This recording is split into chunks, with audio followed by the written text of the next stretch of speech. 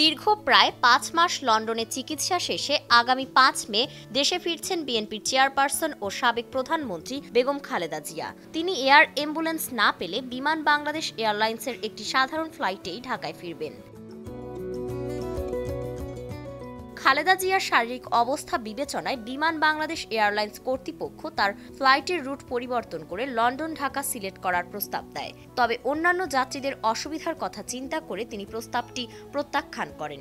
বিষয়টি নিশ্চিত করে বিএনপির চেয়ারপারসনের প্রেস উইংয়ের সদস্য শামসুদ্দিন দিদার বলেন, বিমান কর্তৃপক্ষের প্রস্তাব নাকচ করে দিয়ে মানবতার আরেক উজ্জ্বল দৃষ্টান্ত স্থাপন করেছেন বেগম খালেদা জিয়া। উল্লেখ্য, গত ৮ জানুয়ারি উন্নত চিকিৎসার জন্য তিনি লন্ডনে যান। সেখানে লন্ডনের বিখ্যাত দ্য লন্ডন ক্লিনিকে তিনি টানা ১৭ দিন চিকিৎসাধীন ছিলেন। এরপর ২৫শে জানুয়ারি তাকে হাসপাতাল থেকে ছাড়পত্র দেওয়া হলে তিনি দলের ভারপ্রাপ্ত চেয়ারম্যান তারেক রহমানের লন্ডনের বাসায় ওঠেন। সেই থেকে সেখানেই তার চিকিৎসা চলছিল। ২০১৮ সালে দুর্নীতির মামলায় গ্রেফতার হওয়ার পর তিনি ২ বছরের বেশি সময় কারাগারে ছিলেন।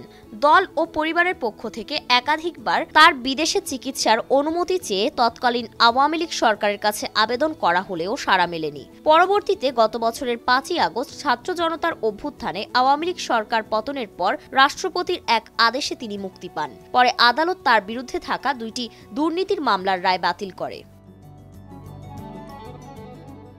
ফারিন রহমান প্রীতি, নয়া দিগন্ত।